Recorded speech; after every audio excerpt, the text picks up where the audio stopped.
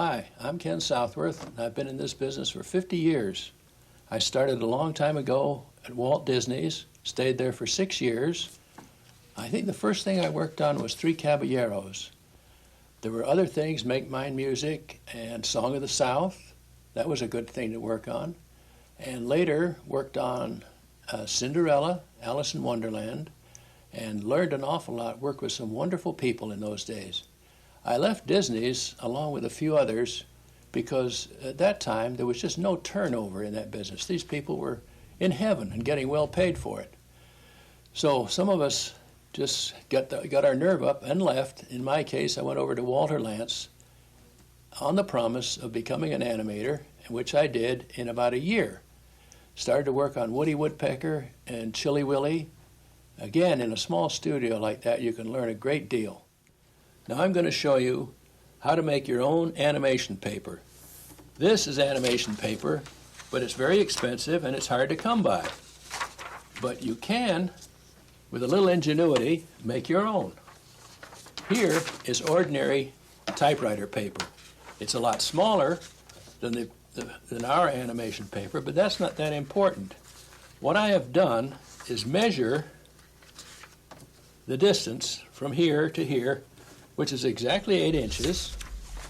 I punch the center punch, click, then 2 here, because these are rectangular pegs. Once I've done those 2, I cut the little bridge between them, like that, and there. Incidentally, you should be cutting, say, put a piece of tape down here, because you don't want to keep cutting on your board with a razor blade. But now you can see that this fits there. You've got your own animation paper. Now it's a little small, but that's not that important. We can work things out, and you're going to need an awful lot of this to make any kind of a picture at all. You will see how many in-betweens it's going to make, and this is good to make in-betweens with. Next, I want to talk about storyboard. This is planning the picture.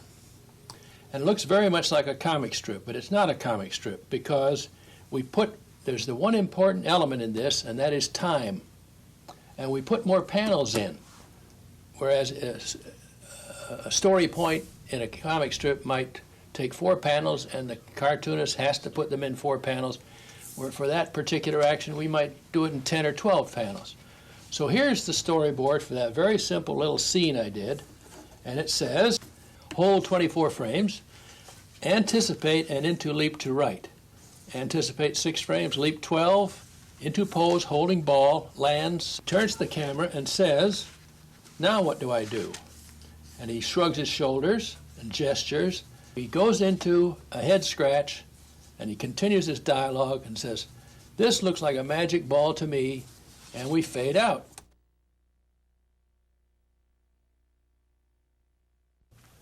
This is an exposure sheet. We always number our drawings so as to tell the camera operator what we're doing. Now here's the director's instructions to me. It says hold bear in thoughtful pose. And we go up a little bit. He says anticipate, I'll tell you about that later, down, moves to right, clicks heels, slides over to the right, like this, settles into final pose, and then we hold it. And you'll be surprised how fast that goes. I never get used to it myself. Now, here's the drawings. Here's number 1. Here he is in his thoughtful pose. Then I anticipate him, sometimes called an antic, but an antic is something else, as you know. But see, here's this squash. The bear comes down, and he's getting ready to go somewhere, and he nearly always uses gravity for that. You can always count on gravity. It's always there. So you anticipate down, even though he's going this way, and he knows that. And I put a chart on. I'll have to get down to explaining to you about charts. But here he clicks his heels, and there's a little splat. And the arm motions are all graceful. They're all following their own lines of motion. And he slides over, See, his foot now slides on the paper, and he's getting ready to do something, and he gets this. What has he got in his hand? We don't know yet, but he comes up with this, and I bend the arm the wrong way so that it'll have more force when I come around into the final pose. These drawings are pretty close together. He comes down, and I say flat next, because I don't want to take a long time to slap that foot on the floor. You do that in what we call no frames or one frame, same thing. Now he reveals that he's got some kind of a ball in his right hand, and he's coming over to point at it. And here we are into the final pose. Look at this great big chart. This is what I put on the drawings to tell the assistant what to do. He'll do in-betweens following this chart. I want to show you something that I did here. This is obviously his left hand, and it's his left hand there. But there, that's a right hand. And that's a right hand. Just shows you what you can get away with. We cheat all the time. Fred Moore was one of the greatest animators that ever lived, and his stuff was just full of cheats because he realized that sometimes the cheat looks better than the actual realistic interpretation of things. Here's our extremes only. I show that B1, which I indicated. Now B5 comes, B8, B11, 13, 15, 17, 19, and then we hold that. Now, here are all the drawings. There's no contradiction here because you'll see that 5 goes across the 5, etc. So B1, hold the bear, then we go 2, 3, 4, 5, 6, 7, 8, 9, 10, 11, 12, 13, all the way up to 19, and that's all our in-betweens. We have all this little handful of extremes and all these in-betweens to make it smooth because it's not animation without the in-betweens. It's just what we might call a pose reel. So now I'll start doing in-betweens for you. I've placed number 1 down there. Now number 5. I look at the chart and I see that number 3 is a third of the way. So I place number 3 here. And I start making it a third of the way. Now I keep flipping. Here's what I do. I want to see that. I want to see this. I want to see that. So it's 1, 1, 2, 3. This has to be on top because I've got to work on it. So what I see is this. Right, fine. Now, with 3 done, see, I have to make 3 first before I can make 2. And this is number 2. So the same thing happens. I look at this, I look at this, and I look at that. So I make the lines. You can see them going in between. The nose comes over here. The hand, it's a kind of a cheat. See, from that, it goes to this. So it just goes behind the head, and we don't worry about that. And then these lines come down in between the lines on 1 and 3. Here's the shoulder, the elbow, those lines. Down we go, like that, that. And then the foot lifts off, which is technically out of in between, but that's how it would have to be, because suddenly he develops a knee in this leg just to make it look like something. See? So now look at this leg here. Hope we can see it. And now you can see it go. So there's 1, 2, 3. 4 was made between 3 and 5, the same way as the other 2. Now that we've got 5 of them, we can roll them. So you can hardly see them through the paper, but what you can do is like this. I put them in between my artistic fingers, like that, and roll it. I hope you can see that. See, that's what, there we are. Now we're starting to see animation. See this foot come over? Hope you can see that. There.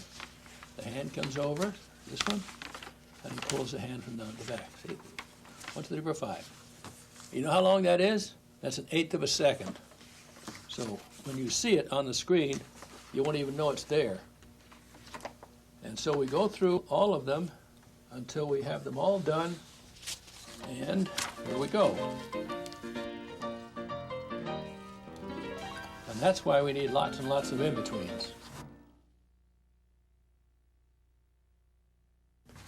Now here I'm going to do some in-betweens on this bear.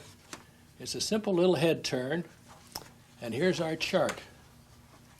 1 to 6 with 4 halfway, and I told the assistant to close the eyes, which you would do anytime you do a head turn. Almost always you have to close those eyes in the middle. It looks terrible. What are you going to do? Which way are you going to have those eyes looking?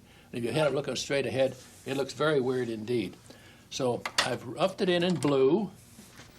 Generally you can blue stuff in because they can tell the computer, which scans this stuff, to ignore blue. Or at least they used to be able to do it. So I can do some roughing in, and I can also indicate, as you see here, the arc on the nose. And I'm thinking of the tip of the nose right there, right there. Not just any old place, not here, not there, right on the tip of the nose. And that goes, so that arc. Arcs are very important because you practically never see anything move in a straight line in our business. There. So I start right at the top and black it in. See, now I flip. Now I've got to be careful, see, because this shoulder is right on top of that. If you're not careful, you do something silly and in between the left shoulder to the right shoulder. So don't do that. Here's the right shoulder, his left, I mean, coming over and down like that. Now we can flip it one more time, and that works fine. I'm conscious of this curve and this curve, but I'm not slavishly putting lines between lines. Now we know that neckline has to go there. We've got a shoulder there, shoulder here. I put the shoulder in halfway. Very good. And down we go. And then the line of the arm, there, there. Now these eyes are halfway open, and he's still looking in that direction. There. And ears. See, it does help if you know what the character looks like, because you don't have to keep looking between the lines to figure out what's got to happen next. Where does he go? There, there, and again, around here, and this shoulder, all right, there it is. We can see this shoulder, we can see this one, up and over. Give the shape of the thing its due, don't cut it off, and then the chest color line, again. Something's missing here. Yeah, there should be a line in there. Okay. And this arm comes out like that. See, I'm not following the blue line slavishly because I see that it wasn't in the right place. This one is slightly different. Number the drawing. You can see here on this chart, it's not halfway. You can figure it's about 3/4 of the way.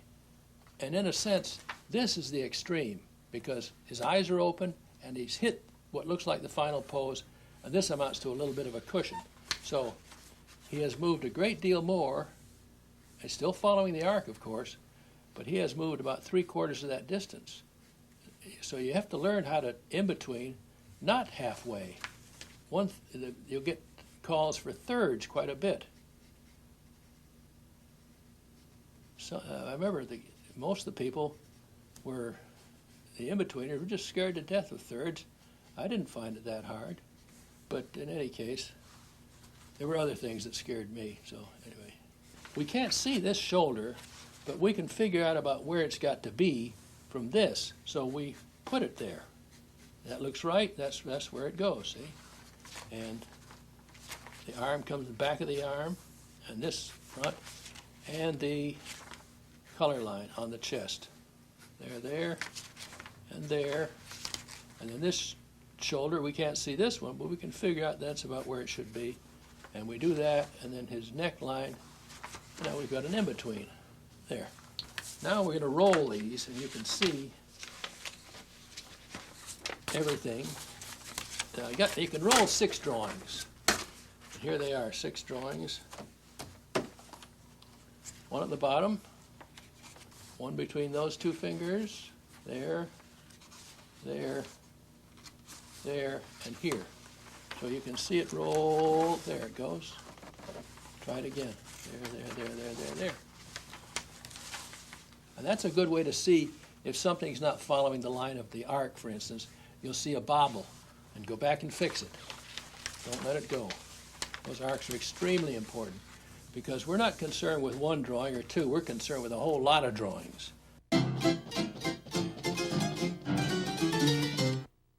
In-betweening is actually a lot of fun. It'll be a long time. If you ever get a job, it'll be a long time before you ever get bored with it. Because every scene is something new. Of course, if you work with a particular animator, you're going to be working on the same characters all the time, and that might get a little boring.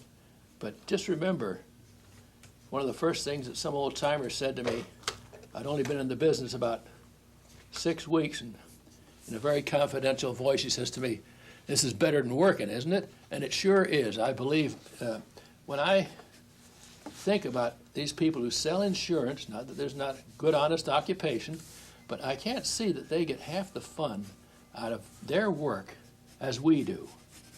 My own dear brother, he was selling groceries. He couldn't wait to retire at 62, just couldn't wait to get out of the business. He didn't enjoy his work. And I'm still looking for work, and be glad to get it when I can get it. And technically, I've been retired for years now. But so you'll live longer if you enjoy your work. So there's an added bonus to becoming an animator or whatever, storyboard man, story. Get into story if you can. The story is everything. If you can come up with good stories, you will always have a job. And if you can do good storyboard, you'll always have a job. If you can animate good water and the effects, you'll probably always have a job. But in any case, do the best you can, do a good job, and in that case, you'll nearly always have a job. Don't goof off.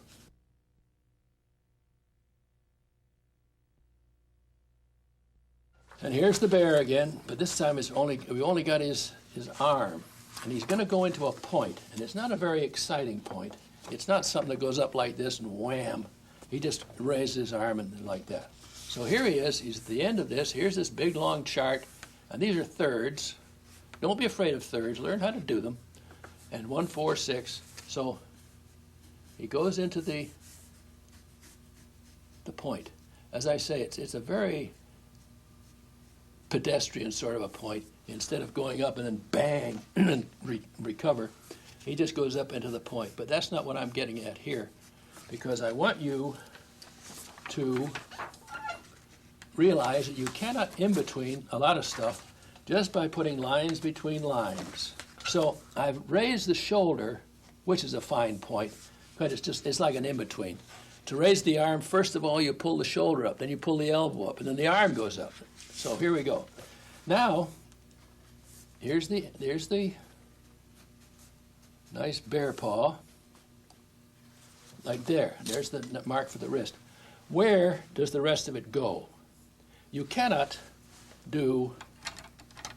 put the arm over here, and put the elbow here, wouldn't look like anything at all, because you're crunching the bones, you're shortening this distance here to there.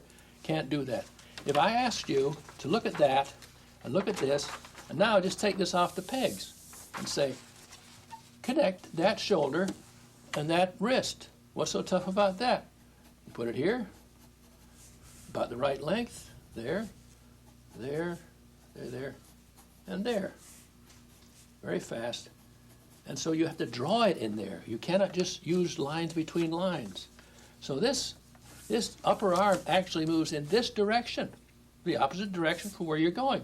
But that's where it belongs. Now the rest is easy, but you can use that same principle by figuring out where that arm and elbow and all the rest of it has to go. Somewhere in here we'll find the elbow, I think. So this humerus bone, big long bone from your shoulder to your elbow, comes way down here, and then your forearm, which has two bones, of course. Learn your skeleton, learn your muscles, learn your bones, because you're going to need them. It's a fascinating study. I deliberately took this kind of a path because it's tougher. You might actually swing up this way for that. But it still works. So there we are.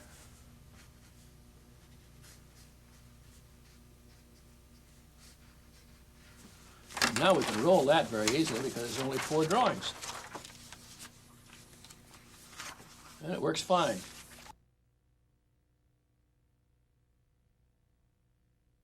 You've all seen in old movies where the stagecoach comes to a stop and the wheels apparently start to go backwards. Then they stop, then they flicker, then they go forward, backward, and so on. What is happening is what I call the rule of 3.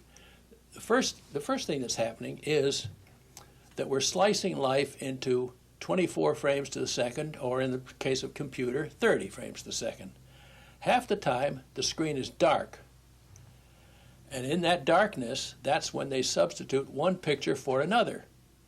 Now, in this case, what is happening too, the second thing is that I have 2 identical wheels here. If I do that, you can't see the movement because the spokes are identical. That's the second thing that's important. And so if I go like that, still no apparent motion. If I go a little bit, that's fine. And then the third thing that's important is that your eye takes the shortest distance between 2 points. You've got 2 identical spokes. Why should it go from here to here when it can go from there to there? And that's why it goes the way it does. And therefore, when we animate things, we have to be conscious of this so we do not violate those rules and have something go backwards when we really want it to go forwards. Now I'll show you a practical application of this rule of 3 that is a common mistake, especially if you're going to have a character running, and he's running very fast, and if you animate them on 2s, and he's hitting the ground every 4 frames, you've only got 2 drawings in essence. You've got 4 drawings, but in the speed, why the left leg will cross over to the right and vice versa, and you don't get a good run. It looks terrible. What you have to do is put it on 1s, or you can use a blur effect, which I do not prefer. I think it's so simple to put it on 1s, and that will cure that. Now a few things about the exposure sheet. 2 terms that I've used here are anticipation, abbreviated antic. The most obvious one is when we jump, we crouch, and then we come out of it. The crouch is the anticipation. Almost any action that we do is preceded by an anticipation. Sometimes it's very subtle. If I want to swing the arm, what I've done is use gravity to come down a little bit and then swing out. There are certain things, as I explained before, that you can do without an anticipation, closing the fist, blinking the eye, and there's others. Now, when he goes into this pose, I say lands, and then I say cushion.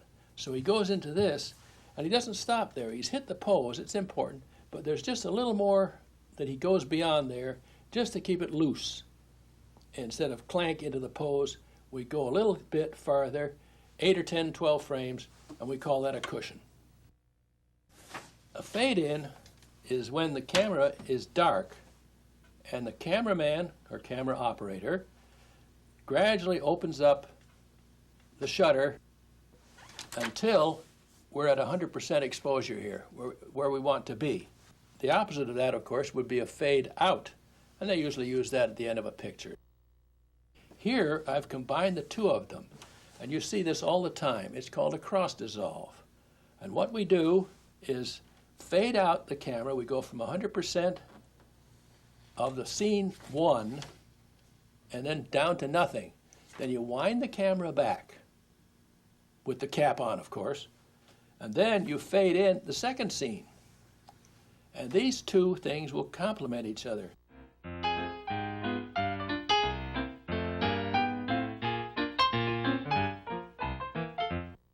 Wipes are more of a mechanical thing. You've seen those 1,000 times too, where a hard line will come in from one side or the other and go right across the scene until it just wipes out the old scene and the new scene is there.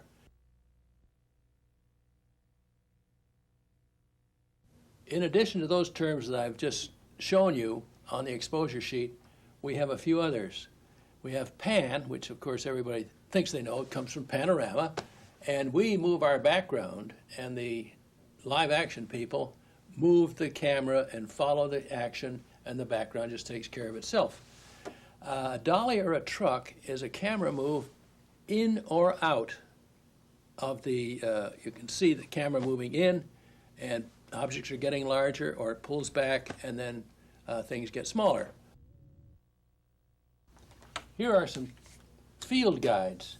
Now you can see where the camera shoots, and that's as far as they can shoot. Suppose you wanted to shoot something that went from this corner to that corner. Here it is, 6 field, and it's 6 north. See, 6 and 6 makes 12. You can't go up there, you can't go 7 north because you're shooting outside the limit.